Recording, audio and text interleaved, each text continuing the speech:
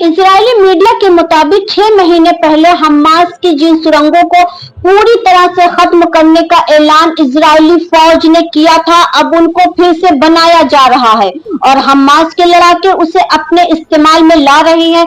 Report में कहा गया है कि जंग के 1 साल बाद हमास में लड़ाकों की तादाद बढ़ रही है, उनके हौसले बढ़ रहे हैं, उनके पास पहले से ज्यादा बेहतर असलहे और हथियार भी आ गए हैं।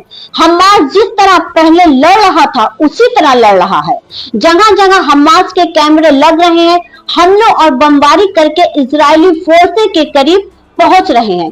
इजरायली मीडिया ने यह खबर इजरायली फौज के जवानों के हवाले से दी है।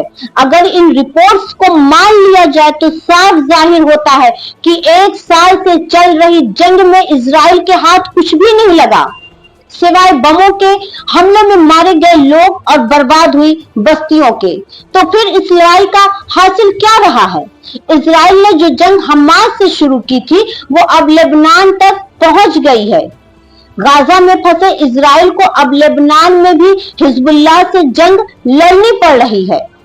ऐसे में सवाल उठ रहा है कि इजराइल के उन दावों का क्या हुआ कि हमास को चंद दिनों में खत्म कर देंगे? उन हथियारों का क्या हुआ जो बेहद हाई स्टैंडर्ड के थे? तो समझना होगा कि किसी भी जंग में ना तो किसी की जीत होती है और ना किसी की हार। जंग की चपेट में सिर्फ आम लोग ही आते हैं, चाहे वो हमास और इजराइल की जंग हो या फिर रूस यूक्रेन की जंग।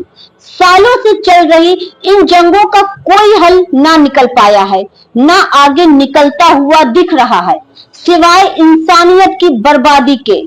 साहिर लुधियानवी ने ठीक ही कहा था, जंग तो खुद ही एक मसला है, जंग मसलों का हल क्या देगी।